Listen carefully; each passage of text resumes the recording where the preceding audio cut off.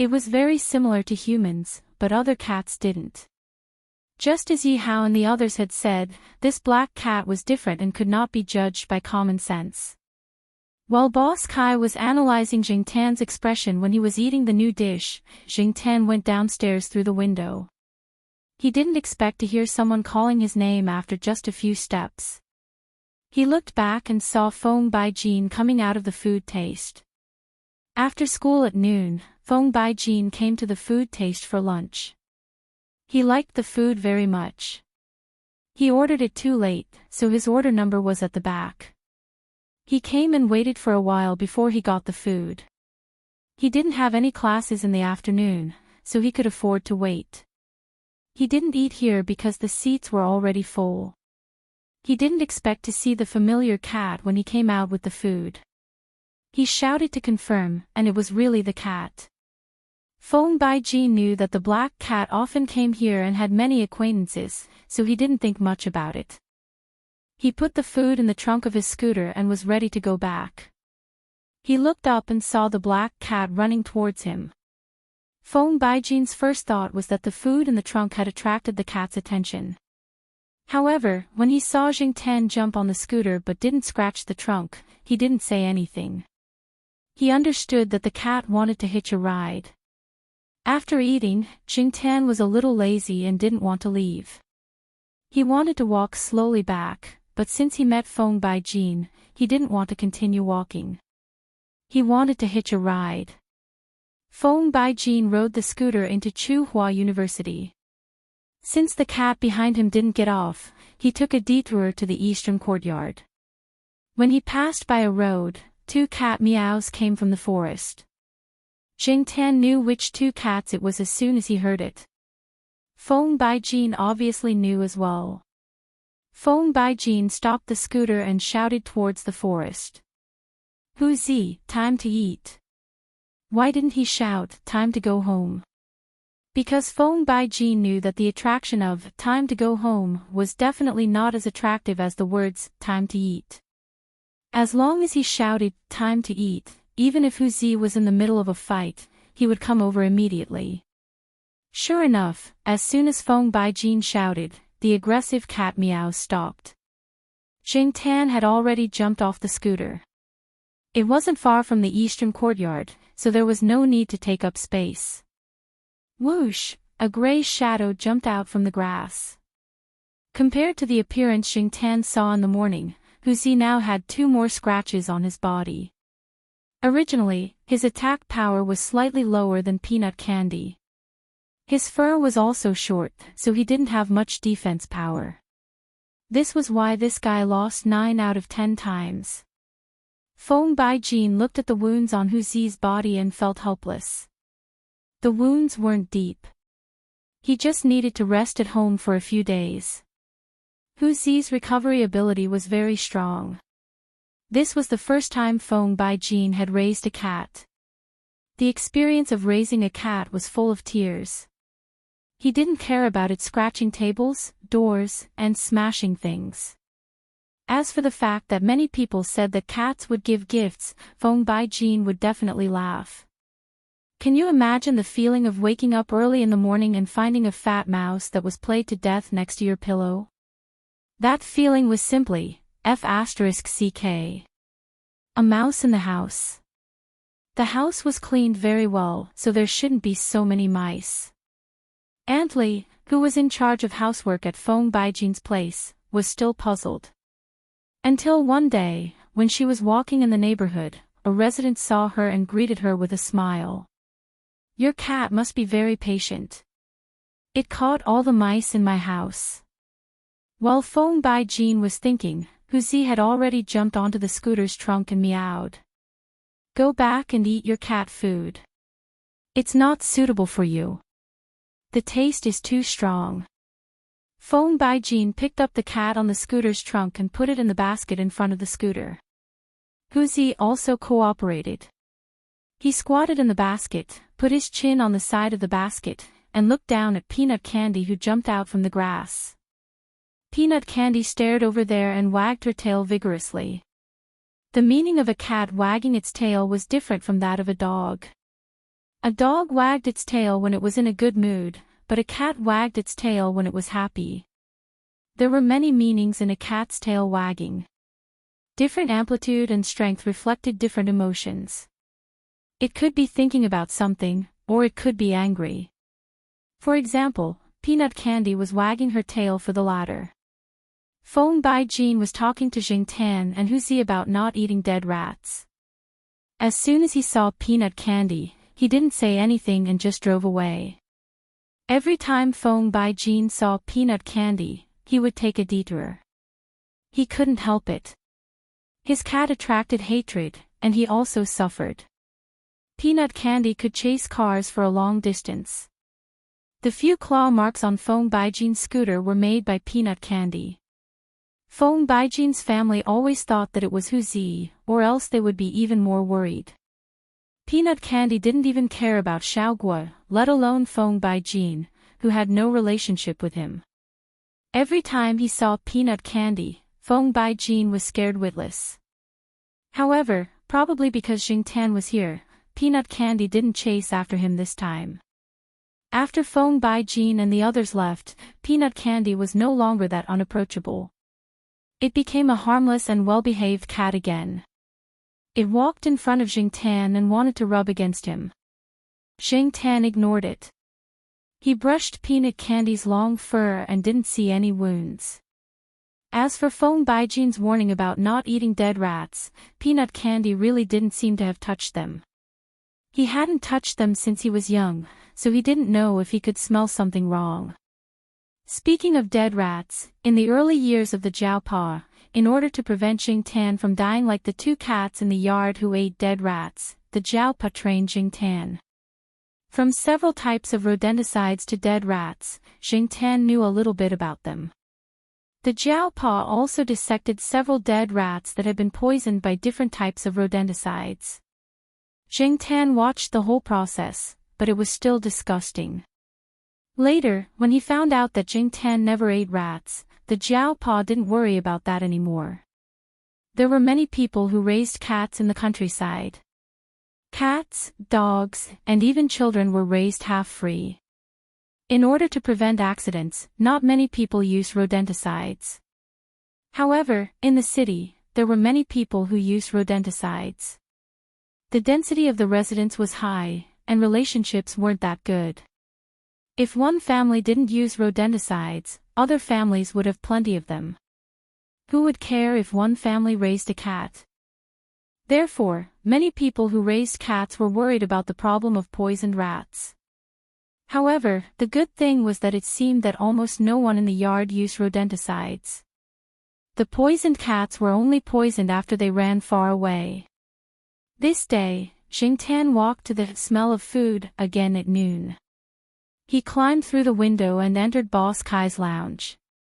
Boss Kai was sorting out a document. He was staring at the computer screen with his fingers tapping on the keyboard. When he heard the sound, he looked over. "Yo, Black Charcoal is here." As he spoke, Boss Kai tidied up some of the printed documents on the desk to make some space. Jingtan was going to jump over to the desk, but when he was about to jump, he suddenly stopped. He took back his foot and sniffed the air hard to distinguish the smell in the room. Boss Kai looked at Jingtan strangely. In the past, when the cat came in through the window, he would jump directly on the chair or the table. What was wrong with him now? Jingtan sniffed at Boss Kai's desk and other places. He stepped back a little and squatted on the windowsill to think. No matter what Boss Kai said, Jingtan didn't go in. Chapter 330. Black Charcoal, what's the matter with you? Boss Kai couldn't help but stand up from the computer chair. He walked to the window and looked outside. There was nothing special. He then looked at the black cat on the windowsill. It was still staring at the room as if there was something scary in the room. Black Charcoal. Boss Kai shouted again. The uneasiness and impatience in his voice grew deeper. He couldn't help but think of some things that happened in Southern City. The business world was like a battlefield. There were so many unscrupulous things. He wasn't good at that. Most of the time, he relied on his friends there to help him. Later, there were fewer things. Until now, when the strange situation happened again, Boss Kai recalled some of the things that happened in the past. He didn't have any helpers now, and the security in the store needed to be strengthened. During the new year, he went back to Southern City and asked some friends to introduce some reliable people to him, but it would take some time before they could come to work. What was going on? Boss Kai always thought that animals were more sensitive to danger than humans. Besides, he knew that this black cat was different, so he trusted it more. Because of this, he couldn't help but feel nervous. The unknown danger made it hard for people to calm down. Jing Tan didn't want to ignore Boss Kai. He was just thinking. He stayed on the windowsill and didn't even go over the window. He smelled something, but from Boss Kai's reaction, he didn't seem to notice it. This kind of smell wasn't strong, and it was difficult to distinguish. People couldn't smell it with their sense of smell. Even though Jing Tan's sense of smell was much more sensitive than that of ordinary people, he could only smell a little bit of it. Besides, Jing Tan had never smelled this kind of smell before, but it was familiar. He should have smelled something similar before. No matter whether he had smelled it before or not, it made Jing Tan feel danger. It was the kind that made him turn around and run away, as if he was afraid that he couldn't avoid it. While he was thinking, Boss Kai saw that Jing Tan didn't respond, so he reached out to poke Jing Tan to wake Jing Tan up.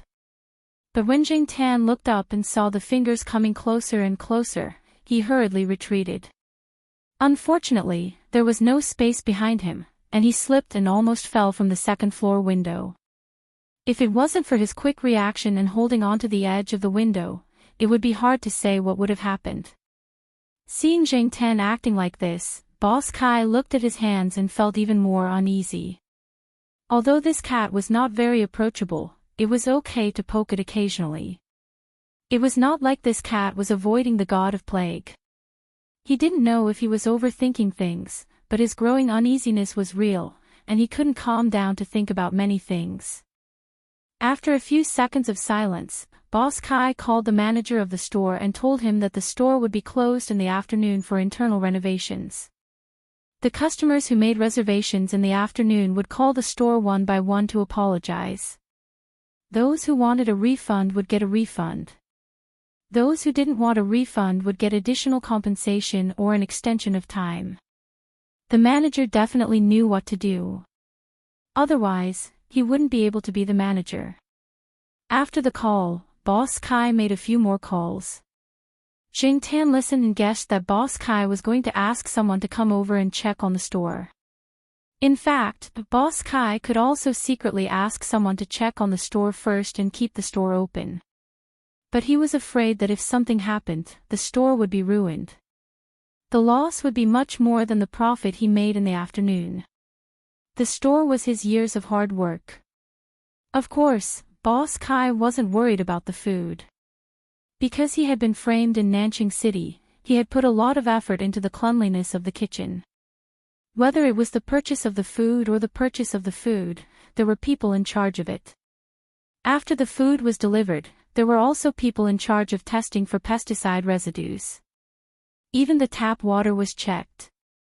There was no way that the food would be poisoned. When he called just now, Boss Kai asked the person in charge of the testing in the purchasing department again. He confirmed that the recent troubles were only limited supply and high prices. Other than that, there were no other problems. If it wasn't the food, then what was it? Was it because of the food, or because of himself? Boss Kai knocked on his forehead and thought of all kinds of possibilities. He wasn't as smart as others and couldn't think of a solution. He planned to go out for a walk. When he reached the door, he stopped and looked back at the windowsill. "Black Charcoal, can you do me a favor?" Jing Tan stood on the windowsill and hesitated for a moment. He could roughly guess what Boss Kai wanted him to do. He had planned to sneak back to Tsinghua University and go to Jiao Wei's small restaurant for a meal. But when he heard Boss Kai's words, Jing Tan hesitated. Speaking of which, Boss Kai was really nice to him. Every time he came over, he would give him good food and drinks. Even if Jing Tan slept on the sofa for the whole afternoon, Boss Kai wouldn't say anything, nor would he chase him away.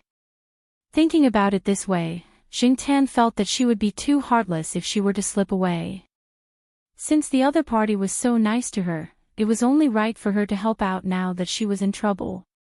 Besides, this favor was not a big deal. Jing Tan didn't leave the room. Although nothing would happen if he left, Jing Tan just couldn't get over it.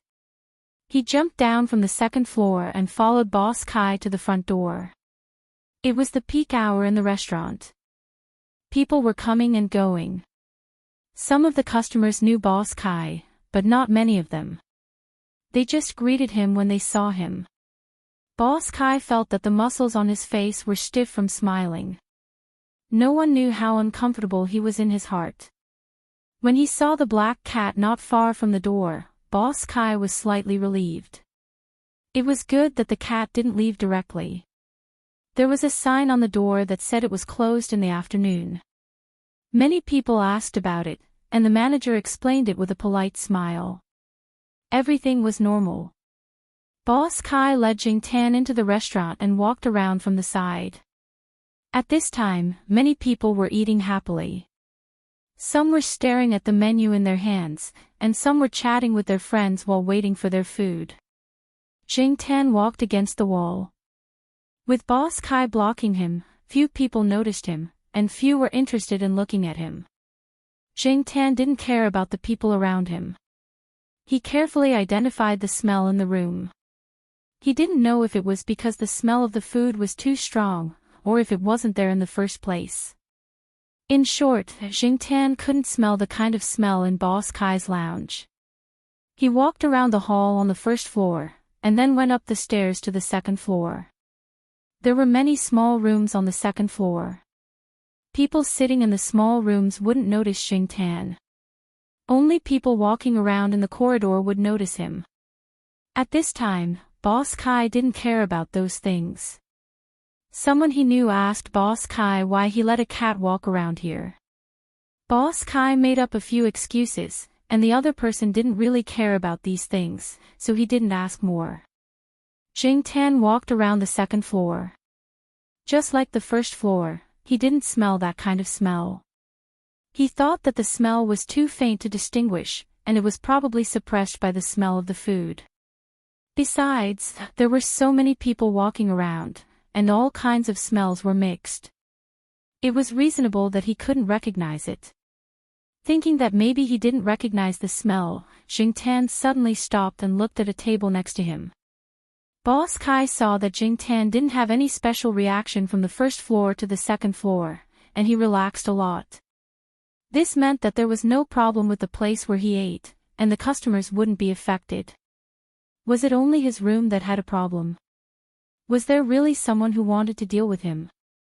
Boss Kai started to think again when he saw the black cat. He suddenly stopped and looked at the table next to him. This table wasn't close to the dining area on the second floor. Sometimes, it was placed here to make it easier to collect the tableware. Most of the things placed here were the staff's, and it was also close to the staff lounge. Was it the staff's problem? Jing Tan also thought that maybe one of the staff had a problem with Boss Kai and deliberately set him up, but he didn't smell that kind of smell when he walked to the staff lounge. He even followed Boss Kai into the lounge. The two staff who were resting were so scared that they stood up immediately, afraid that their boss would think that they were slacking off.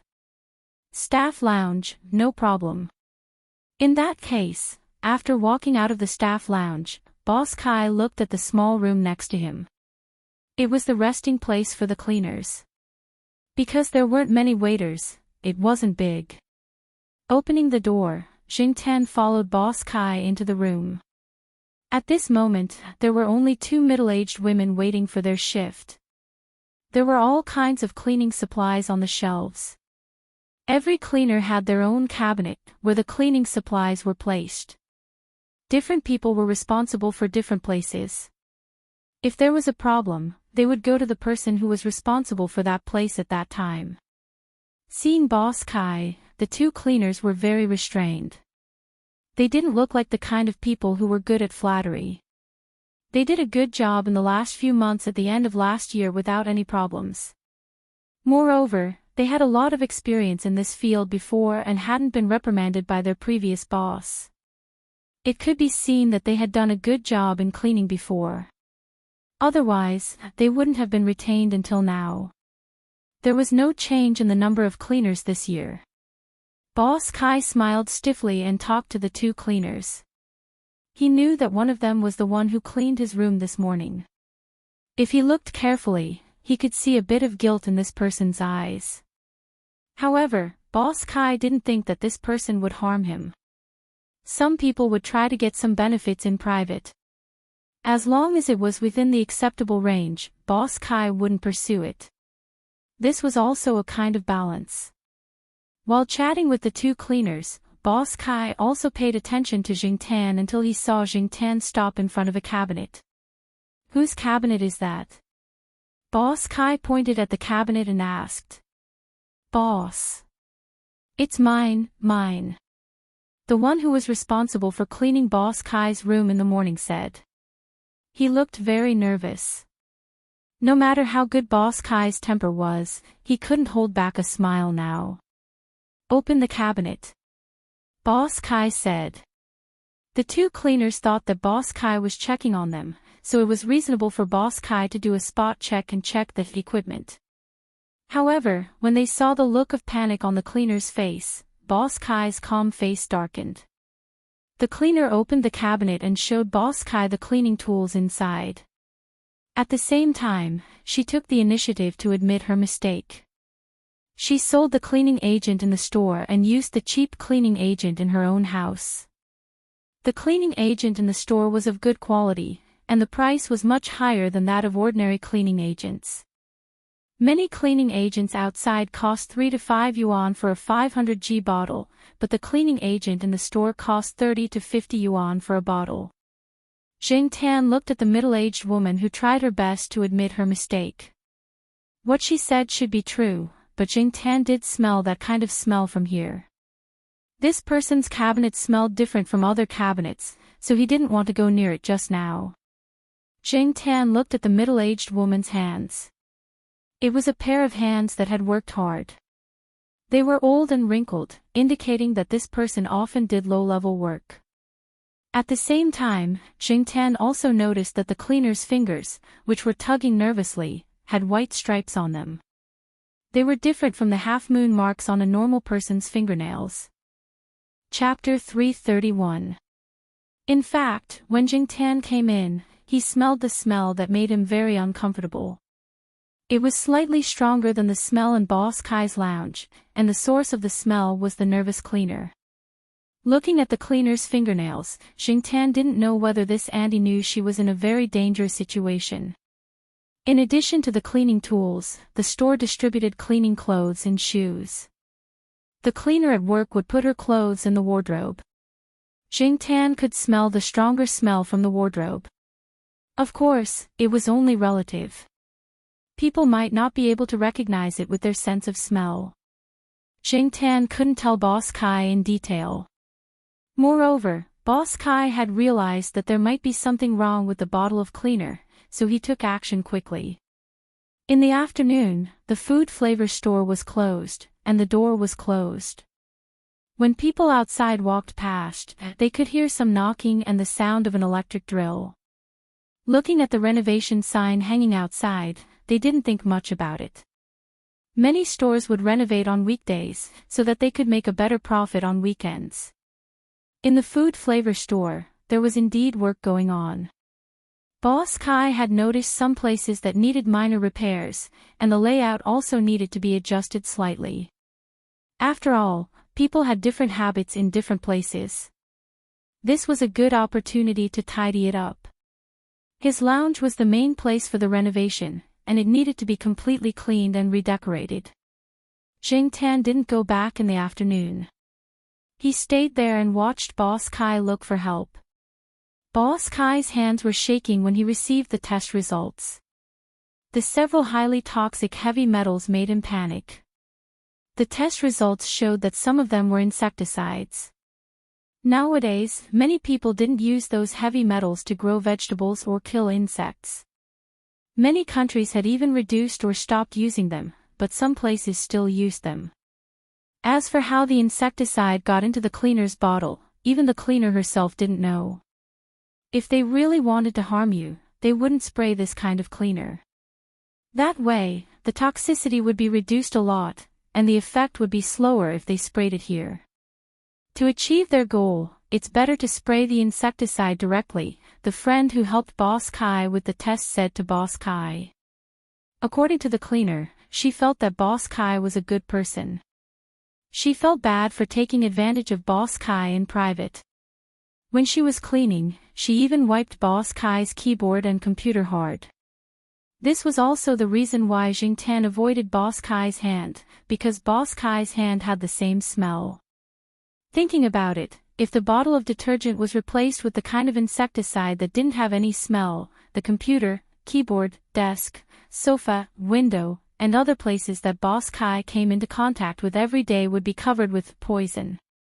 Anyone who lived in such a room for a long time couldn't help but tremble. Don't worry, it might be an accident. Anyway, you'd better investigate this matter carefully. Of course, if it's really an accident, I can only say that you're a little unlucky this year. Lao Kai, this is your zodiac year, right? That person just said it casually, but he didn't expect Boss Kai to seriously nod his head. The other person opened his mouth, but in the end, he could only remain silent.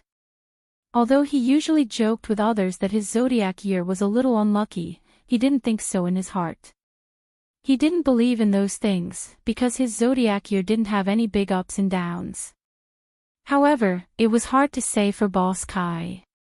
He even encountered such a thing. Fortunately, he found out in time and didn't make a big deal out of it. Before the lounge was cleaned and renovated, Boss Kai temporarily separated a room on the second floor of food flavor. When the lounge was renovated and ventilated for a period of time, he would tear down this compartment. As for the investigation, Boss Kai didn't have many connections in Chuhua City, and he didn't have any foundation. If he really wanted to investigate something in depth, it was naturally best to find a local. Therefore, Boss Kai went to find Yi Hao. At that time, Chairman Shu specially asked for it, so naturally, Yi Hao had to give some face. Besides, this was just a small matter, and it didn't cost much. The result that Jingtan found out a week later was the same as what Boss Kai's friend said. This matter was indeed just an accident. The cleaner's hometown was in the suburbs. Someone in the cleaner's family worked in a factory that manufactured detergent. During the new year, they were given large bottles of detergent. In order to save money, they would specially use a spray bottle to dilute the detergent before using it. Someone had rented a piece of land next to her house to plant flowers. The pesticide was also from that person's family. However, a lot of it was lost in the snowstorm this year, so that person didn't plan to plant flowers anymore. After moving some things away, he closed the door. During the new year, the cleaner's house was also lively. There were many places that the adults couldn't take care of. A child went to the flower bed and found a few bottles. Coincidentally, there was a small plastic factory that produced this kind of spray bottle. The spray bottles used by everyone were similar, but those children didn't know.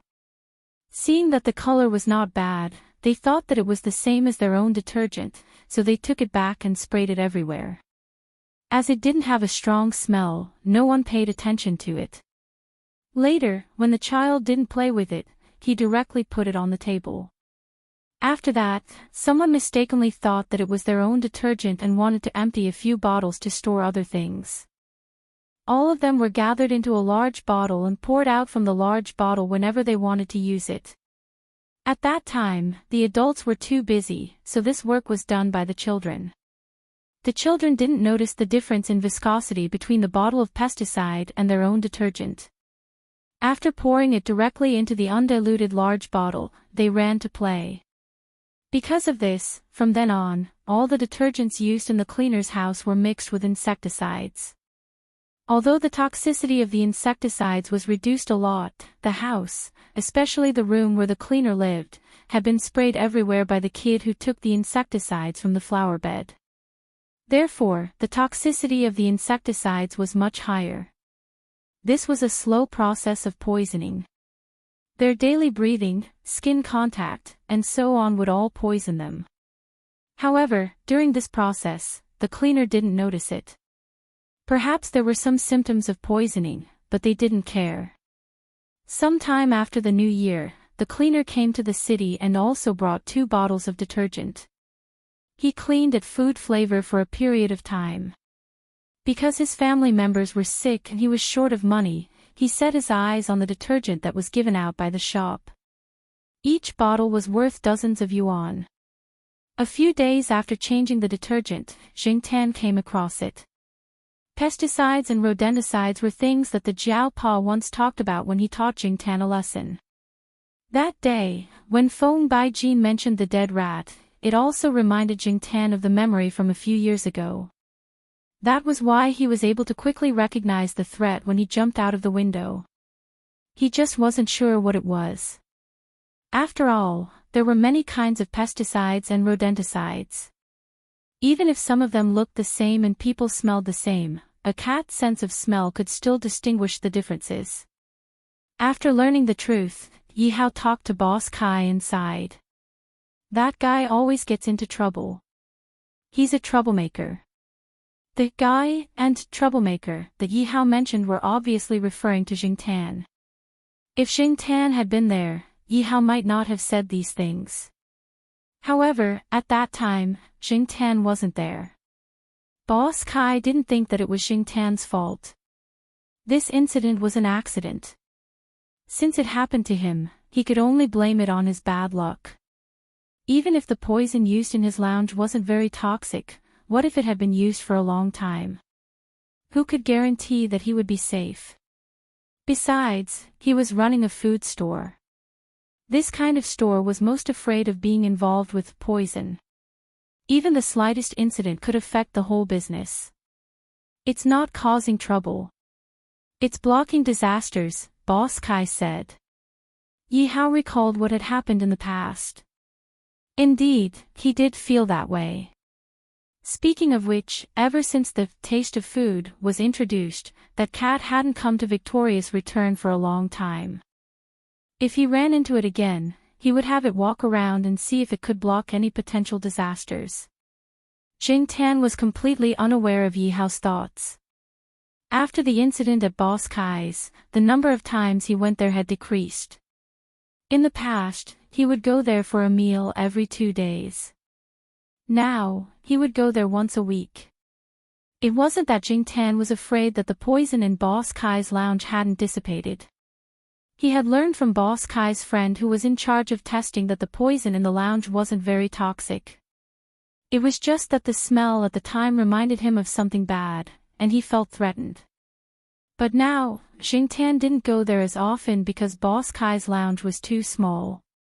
There were too many things piled up, and it wasn't very convenient to eat there. Every time Boss Kai saw Jingtan, he would be very enthusiastic.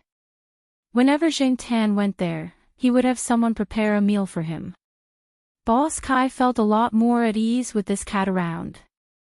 When the cleaner was fired, Boss Kai saw that there were several people in the cleaner's house who were chronically poisoned, and the medical expenses were high, so he didn't deduct any of their wages or pursue compensation. The cleaner also knew what to say and what not to say. After leaving, he didn't mention the taste of food to anyone. If it were Yi Hao, he definitely wouldn't have let it go so easily, even if it was just an accident. This day, Jingtan followed Jiao Pa to the cafeteria for 2 days, and stayed at Jiao Wei's restaurant for 3 days. He wanted to change his taste, so he came to the taste of food again. After eating, he didn't stay for long. He planned to go home and secretly go online to see the netizens scolding a certain celebrity with the surname Zhao, who was arrested before the new year. Now, no one continued to call him young master. Instead, they called him hypocrite. During the new year, because of the snow disaster, no one paid attention to this matter. After the incident, a few people who had a grudge against a certain young master started to make waves to make their presence known again. When Jingtan was bored, he also went to watch the scolding battle. Unexpectedly, after taking 2 steps, Jingtan was stopped by someone again. This time, it wasn't Feng Baijin, but Mao, whom he hadn't seen in a long time. Mao officially became a father on New Year's Day. As he wished, he had a daughter. Because she was born on New Year's Day, her nickname was Yuan Yuan. There were even people who teased the father and daughter. One was Mao, while the other was Yuan. If the word money was added, then the price would be 10 times higher. This time, Mao came here to deliver an invitation. It was his daughter's 100th-day banquet, so the few families here had to make the trip themselves. Celestine and Jiaopa also sent an invitation. He had just delivered an invitation from Triumph and bought some food. He knew that the dishes at the Taste of Food were good, but he rarely came here. It was rare for him to come here, so he bought some food. Later, he still had to go to the old lady's place in the lakeside villa, so he bought some food and brought it over to share with the old lady. That great aunt was old, but her appetite was quite good. Black coal, let's go. Let's go see great aunt together. Mao got into the car and waved at Jingtan. Chapter 332. Mao had changed his car. It was no longer the ordinary car he used to drive. In the past, Mao drove for his own convenience. Now, he had to drive his wife and children from time to time, so he had a higher requirement for safety. After all, he had the money to buy a better car. Jingtan saw a lot of children's products in the car. There was also the smell of milk. Mao was in a good mood. He kept talking about his daughter, Yuan, on the way. However, no matter how Mao praised his daughter, Jingtan did not say anything as he had not seen her with his own eyes. When they arrived at the lakeside villa area, Jingtan did not stay in the car to follow Mao to the old lady's house. Instead, he went to Feng Baijin's house. When Jingtan got close to the house, he heard Feng Baijin roaring. "If you bite my cable again, I will throw your tiger toy away. Do you understand? I will throw it away completely." Feng Baijin only had classes in the morning, but he skipped all of them. According to the current arrangement, Feng Baijin had to skip the first 2 classes in the morning. If he chose to skip the last 2 classes, it would depend on how long he slept. According to the rules of Tsinghua University, there were morning exercises for freshmen and sophomores. Feng Baijin basically did not go. He had to do morning exercises from elementary school to high school. Why would he still do morning exercises in university? F***ck. If you want to deduct marks, just do it. Feng Baijin had been sleeping in the morning. He played games until late last night, so he could not get up today. When he woke up, he found that the cable on the computer table was bitten again. He originally wanted to download a few songs to his MP3 player, but now it seemed that he had to buy a new cable. As for the tiger toy that Feng Baijin mentioned, Jingtan knew about it. Back then, when he fished the tiny Wuxia out of the alley, he was the one who placed the furry tiger toy next to Wuxia. Later on, Wuxia directly treated it as his own toy. Even when he moved out of his nest, he would bring the toy over. Sometimes, he would hug the toy to sleep, just like when he was young. Even after he grew up, this habit did not change. Every once in a while, Aunt Li, who worked as a nanny, would take out the toy to wash it and then dry it on the balcony. Every time this happened, Wuxia would squat on the balcony and guard it. Every once in a while, he would look at the drying rack on the balcony for fear that it would be thrown away. The door of the house was open. Jing Tan did not climb through the window and walked in directly. Aunt Li was mopping the floor. When she saw Jing Tan, she did not say anything and continued to mop the floor. Jing Tan was already a regular here, so it was not strange. When Jing Tan went to Feng Baijin's room on the second floor, he saw Wuxia lying in its own nest, its two front paws tightly holding the tiger toy, not letting Feng Baijin take the toy away. After Feng Baijin pulled the tiger toy's head, he snorted and let go. Wuxia hurriedly moved the toy back into the nest. I'll let it go this time. Next time, even if I don't throw your toy away, I'll tear it into pieces. Let's see what you're hugging while you sleep. Do you know about dismemberment? Jing Tan had heard similar words many times. Every time, it would start with, if you. And after a while, it would end with, I'll let it go this time. Next time, there were indeed a few scars on Wuxia's body, but looking at his appearance, he seemed to be in good spirits and would recover soon. It was not that he could not go out, but every time he was injured, he would be watched by the 3 people in the room and would not be allowed to go out. Jing Tan looked at the computer that Feng Baijin had turned on. On the screen was a game. When Feng Baijin had nothing to do, he would stay at home and make games. Unlike commercial production, Feng Baijin made games based on his preferences. Jing Tan knew that Feng Baijin made 2 games. One was Cat and Cat. This game was not novel in nature. There were too many cat and cat games. Feng Baijin's game had a lot of downloads. Firstly, the cartoon cat heads in the game were very cute. When they were removed, they had different animation effects and different cat sounds. One of the original cat heads in the game was Wuxia. When the cat head was not removed, it was still very cute. When it was removed, it looked like it had been beaten up. Its sound was also the same as Wuxia's. The second game was called Cat and Mouse. Honestly speaking, it was not novel. In the beginning, catching mice was similar to some small action games. What many people liked was that after catching mice, they would use them to scare people. For example, they would put the mice on the owner's bed, quilt, drawer, bag, and so on. If this kind of thing was placed in a game, everyone would play happily. However, in real life, it was definitely a scam. Feng Baijin had a deep understanding of this. Feng Baijin integrated his own personal experience into the game. However, people who played the game would not know the developer's history behind the tiers and tiers. In fact, Jing Tan was looking forward to Feng Baijin's future games.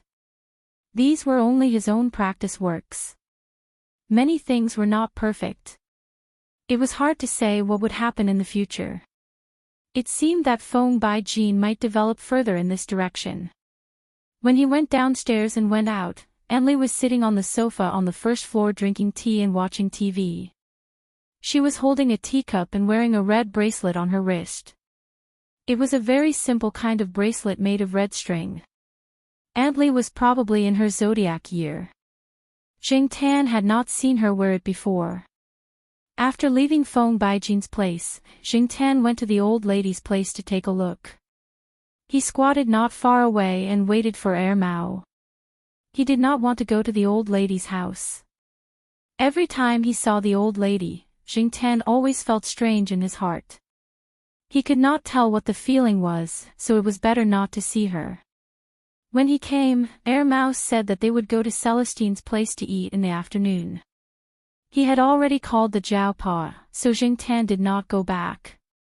He waited for Mao to come out from the old lady's place and hitched a ride with him. Speaking of which, Celestine's son was already 1 year old. His first birthday celebration was close to Mao's daughter's 100-day celebration. Jing Tan did not go to Celestine's house many times. Every time he went, he felt that Wei Xiaobei had changed a lot. The last time he came, Jing Tan remembered that Wei Xiaobei could only crawl on the foam mat with difficulty. Now, he could walk 2 steps. Wei Xiaobei was Celestine's son's nickname. When he was born, he was very fat. Although he did not look like a lump of meat now, he was still a bit fatter than other children of the same age. When Jing Tan and Air Mao arrived at Celestine's house, Wei Xiaobei was holding onto the wall to walk. When he saw Jing Tan and Air Mao, he was not afraid. Instead, he happily walked towards them. However, after taking 2 steps, he fell down. The floor and the walls were pasted with a layer of soft cushions. The furniture in the house and the hard corners were all covered with soft cushions, so there was no need to worry about him bumping into them. Therefore, Fatty Wei wouldn't be injured even if he fell to the ground. After turning over, Wei Xiaobei did not cry. He continued to happily walk over. This time, he did not walk and directly crawled. This way, he would be faster. Air Mao wrapped up Wei Xiaobei who had crawled in front of him. "Little fatty, come and call me second uncle. Call me second uncle." Wei Xiaobei laughed happily. Then, he sneezed in front of Air Mao's face, causing Air Mao's face to be covered in saliva. Air Mao wiped his face and silently cursed that his daughter was still the cutest. Little fatty was too much of a bastard. "Sister-in-law, did Wei Xiaobei catch a cold?" Celestine's wife took the child and looked at him. "He's fine." Then, she put Wei Xiaobei down. Wei Xiaobei, who had regained his freedom, crawled towards the sofa where Air Mao and Jing Tan were sitting. "I heard that he can call mom and dad now?" Air Mao asked. "Yes, but I'm not too sure." Celestine's wife smiled. In the same neighborhood, there was a child who could call out when he was 10 months old. Although Celestine did not say anything, Celestine felt very unhappy when he saw that family being cocky in front of them. However, this could not be rushed. Different children had different situations. Last week, when he heard Wei Xiaobei speak, Celestine was so happy that he did not sleep until the middle of the night. "Come, call him Brother He." Celestine's wife carried Wei Xiaobei and placed him on her lap. She then faced Jing Tan's direction and said. After knowing that Zhu Xiaobei called Jing Tan Brother He, Celestine's wife also told Wei Xiaobei to call him Brother He every time she saw Jing Tan. However, Wei Xiaobei did not know how to say it before and had never called him that before. Wei Xiaobei looked at Jing Tan and after his mother guided him a few times, he called out, "Fa." He did not say it clearly, but he could hear the meaning behind it. On the other hand, Air Mao made Wei Xiaobei call him second uncle again. Wei Xiaobei's response was "Pft." This angered Air Mao to the point that he complained about the difference in treatment. Celestine came back early in the afternoon. He did not have to work overtime today. When he came back, he hugged Wei Xiaobei and called him a few times before chatting with Air Mao. "Here." Air Mao threw something to Celestine. Celestine took it and looked at it. It was a red braided bracelet. It was very simple and did not have any gold, silver, jade, or anything like that. "Isn't it your zodiac year? I took one from my great-aunt and gave it to you. She has a lot of these things." Hearing Air Mao's words, Jing Tan thought about the bracelet in Aunt Li's hands. The two braided bracelets looked similar, but Celestine's bracelet should be a man's bracelet. The knot on the string was a bit different from Aunt Li's bracelet. Even without any gold ornaments, it looked a bit more rigid. Celestine originally did not take it to heart, but when he thought about what he heard from Yi Hao about the boss of food flavor, he still wore it. Since it was just a small thing, it was not troublesome. It was just for psychological comfort, so wearing it was not bad. In the beginning, the two of them were talking about Wei Xiaopeng's first birthday and Air Mao's 100-day banquet. When they talked about their master, the two of them sighed. The old man was getting older and had accidentally fallen down a while ago. Even if he usually looked healthy, he was still old and was forced to stay in bed for a period of time by his disciples. This time, Celestine and Air Mao did not want the old man to travel a long distance to come over. The old man had attended their wedding. Now, the old man could only look at the two of them through the pictures sent by the computer. However, Celestine thought that when they could go over to take a look, the master and his disciples could gather together. Now that the few of them were all fathers, the few of them who attended Air Mao's wedding said that they would find a time to gather with the old man. After being separated for so many years, they did not meet up often. In the future, they would all be busier, and other things could not be said. I also know that. After the new year, I went over to take care of some matters. The old man's mental state was very good. However, I was thinking that when my heir Yuan is a bit older, we should bring him over to take a look. Right now, heir Yuan is still too young. Heir Mao said. And, when the time comes, I will bring little Fatty over as well. Oh, Master also said that if we go, we should bring Black Charcoal over to play with Dashin. Are we really bringing him? Celestine looked at Jingtan beside him and thought about Dashin's ferocious appearance. He felt that this was not a good idea. At the end of last year, when he went on a business trip to visit the old man, he saw Dashin biting a rabbit until his face was covered in blood. Jingtan was also pondering over the Dashin that Air Mao and Celestine were talking about. He had long heard of Dashin's name, but he had never seen him before. He was too focused on his thoughts and did not notice. When Jingtan noticed, Wei Xiaopang was leaning on the edge of the sofa, holding Jingtan's cat tail and putting it into his mouth. Chapter 333. Seeing Wei Xiaopang grab the cat's tail, Air Mao smiled and said, if it was any other cat, it would have already scratched him. Senior brother Wei, you have to be more careful. My wife's relative's child is like this. He's already 3 years old and doesn't listen to anything. The parents won't always keep an eye on him. Once, the child ran to grab the cat's tail and was scratched by the cat. You know, children don't know the severity of the situation. The cat's reflexive claw immediately drew blood. If it wasn't for the fact that the child was wearing a lot of clothes, let alone his hand, his arm would have been scratched. Air Mao said this while picking up the good news. This kind of thing happened quite often. Scratching the hand or arm was considered lucky, but scratching the face or eye would be troublesome. Celestine nodded. He did have to be careful. He had heard of this before, but the cats he was familiar with were all fine. They had never had this kind of problem, so he had overlooked it.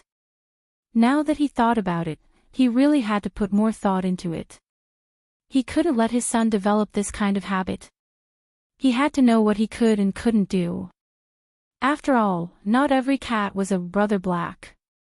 They wouldn't tolerate it. Thinking of something, Air Mao smiled proudly, but my 2 daughters get along quite well. The 2 daughters, Air Mao was referring to were his cat Black Rice and his daughter Air Yuan. He even took out his phone to show Celestine a picture of the 2 daughters. It looked quite harmonious. With regards to Wei Xiaopang's naughty behavior of grabbing the cat's tail, Jingtan decided to stay away from him before he turned 8. He wouldn't get close to the first birthday banquet either. After eating dinner at Celestine's house, Air Mao first sent Jingtan back to the courtyard. On the way, he even said that he would let the cat's tail off during Wei Xiaopang's first birthday banquet. Thinking about the scene, Air Mao couldn't help but laugh. However, he was only joking. Nowadays, many children's first birthday banquets didn't do this. However, since Celestine wanted to do it, Air Mao wouldn't go and cause trouble. If he really screwed Wei Xiaopang over, he was afraid that Celestine would also screw him over during his daughter's first birthday banquet. Jingtan listened to Air Mao's complaints and looked inside the car. Compared to when they went there were a few fewer gifts in Air Mao's car. There was an extra box. The box was not tightly closed. Jingtan opened it and saw 2 pieces of woven fabric similar to the red rope he gave to Celestine. Was Air Mao going to give these away? Black coal, don't destroy the red string. This thing costs $50 each. I've taken the last few today. I'll give them away when the time comes, Mao said. 50 yuan. That old hag was really ruthless. Jing Tan stared hard at the red rope woven fabric. There wasn't even a stone strung on it. Why was it so expensive? Hearing Mao's words, it seemed that there were quite a lot of people buying it. This old hag really knew how to swindle people. It was no wonder that before Mao found her, she had been living a good life in a small village without plowing or plowing. $50 wasn't a lot. To many people, it was just a small amount of money. However, when he thought about how the red rope looked like it could be bought at a stall for a few dollars, and then thought about the woven fabric that was tens of times more expensive, Jing Tan couldn't help but silently curse the old hag for swindling people. However, at the same time, Jing Tan also wondered if he should buy one as well. Little Pomelo was 12 years old this year. Many people in the same grade were older than her by a year or two. In addition, children didn't really care about the term natal year. Therefore, other than the Jiao Ma buying some red clothes for little Pomelo, Jing Tan didn't see anything that deliberately targeted the term natal year. After all, among young people, although there were many who paid attention to this term, there weren't many. Back then, the Jiao Yuan didn't pay attention to this aspect. Jing Tan had only heard about it from Jiao Ma.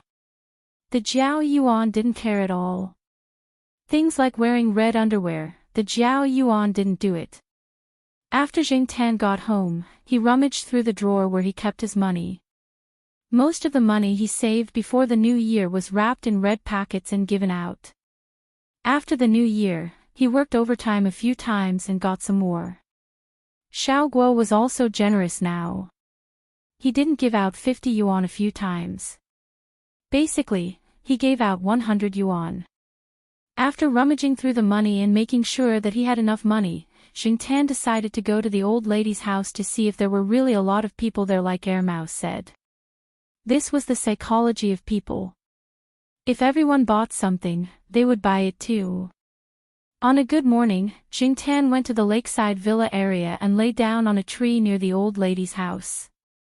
Although the old lady was always in a wheelchair and didn't usually run around, there were quite a lot of people who went to talk to her. Most of them were middle-aged women or elderly people. With Jing Tan's hearing, he could hear the old lady's voice. Needless to say, the old woman did look like an expert when it came to tricking people. She tricked them into a daze. At least, from Jing Tan's point of view, the old woman was tricking people. While she was fooling people, the old lady's hands were not idle. She was holding a red rope and weaving something. Even though she was getting on in years and her hands were trembling, her knitting was not slow. Jing Tan was far away and could not see clearly, but by the time the old woman had finished chatting with someone, she was done. She put the finished product aside and continued knitting. And most of the people who came to chat with her would pay for one or two. Jing Tan decided to stay in the afternoon and see how many people the old lady could fool. As for lunch at noon, Jing Tan thought about it and decided not to go back to eat. It was troublesome to run around. If he was nearby, he could go to Feng Baijin's house for a meal. Aunt Li's cooking was not bad. Jing Tan was planning to go to Feng Baijin's house for a meal when he saw two children about 10 years old running to the old lady's house like thieves. They were afraid of being seen by others. They should be primary school students who came home from school at noon. There was a primary school nearby. Many children in this community and some nearby communities went to school there. It was said that the quality of teaching was good. Naturally, some of the corresponding fees were more expensive. Although it was compulsory education, there were still many other expenses. The two children were holding a bag of bowls in their hands. Those were the bowls they brought to school for breakfast. They would take them back to wash at noon. The little girl was dressed like a child in this villa area, and the little boy was shabbier. He should be from a nearby community. Seeing the behavior of the two children, Xingtian was not in a hurry to go down the tree for a meal. He continued to stay here to see what the two children were going to do. Generally, people who went to the old lady either wanted to talk about the 5 elements of feng shui or wanted to buy a red rope out of admiration. These two children shouldn't be the former. As for the latter, these two children wouldn't be looking for a scam, right? It was 50 yuan for a red rope. At this time, no one was there to chat with the old lady. Everyone had to go back to prepare lunch. The old lady had someone to take care of her, so she didn't have to do it herself. She was still in the yard knitting the red rope.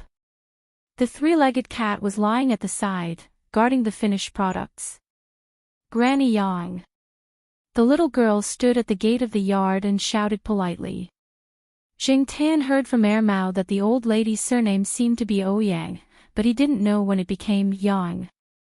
Mao also said that Ouyang, and Yang had the same surname. Xingtian wasn't interested and didn't listen much. However, thinking back, the jade token had the word Ouyang on it. At that time, Xingtian only recognized the word Yang. Oh, little Nini. The old lady looked at the little girl standing at the gate and smiled. Her face was full of wrinkles and her eyes were squinted. Granny Yang, I brought my classmate here to buy a bracelet. No, buy. The little girl didn't know what it was. She pulled the little boy forward and said, you can say it. The little boy was a little embarrassed and nervous. However, as the old lady asked some seemingly random questions, the little boy relaxed and answered them one by one. Xingtian listened to their conversation and understood that the little boy wasn't buying it for a person, but for a cat. No one in his family was in the zodiac year this year, but the old cat at home was already 12 years old. It was even older than the little boy. The old lady didn't look very surprised. She was still smiling and kind to children. She listened to the little boy talk about the cat at home. At the same time, her hands didn't stop and she was finishing knitting. Granny Yang, can you buy it? After saying that, the little boy asked with a red face. In many people's eyes, his behavior was a wastrel, doing useless work and foolishly looking for trouble. Could a cat be the same as a human? According to the conversion of the age of a cat and a human, many people said that a 7 or 8-year-old cat was equivalent to a human's 50 years old. For example, the 12-year-old cat at home was equivalent to a human's 60 years old or 70 years old. It was a real old cat. Of course. The old lady handed over the knitted item in her hand.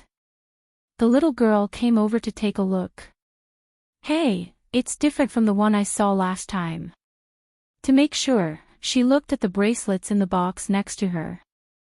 This one was indeed different from the others. The old lady just smiled and didn't answer. The little boy carefully put the red knitted item in his hand into his pocket. Then, he took out a plastic box of candy from the bag that held the bowl. There was some change in the box. There weren't any 5 or 10 yuan notes, but there were a lot of 1.5 yuan notes. There were also some 10 yuan coins. After counting the money with a red face, the little boy said embarrassedly, Granny Yang, you don't mind this, right? It's okay. Just leave it here, the old lady said casually.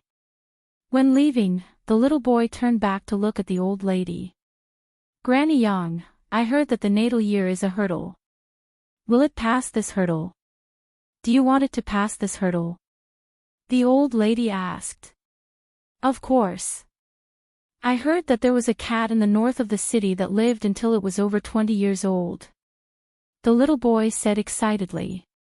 That's good.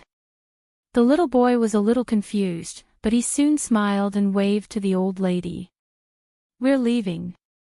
Thank you, Granny Yang. The two children left the old lady's yard and whispered as they walked. Xingtian was curious and wanted to see what the old cat looked like. I'll pay you back the 20 yuan as soon as I have the money, the little boy said. This was urgent. The pocket money that he had saved for so long was only 30 yuan. It was not enough for 50 yuan. Don't worry about it. You don't have much pocket money. Besides, I don't need it. Most of the children living in this villa area came from well-off families. The more generous parents would give more. Many elementary school children who played games were rich. Next week. I should be able to pay you back the next week, the little boy said with certainty. He thought of an idea. Let's not talk about this first. How's your cat now? The little girl asked. It's good. I heard that when a cat gets old, its teeth will fall out. But when I opened it yesterday, my cat didn't lose a single tooth. It has a good appetite. But when I saw it last week, it looked listless. It didn't even jump when I teased it with a wool rope. It looked so lazy.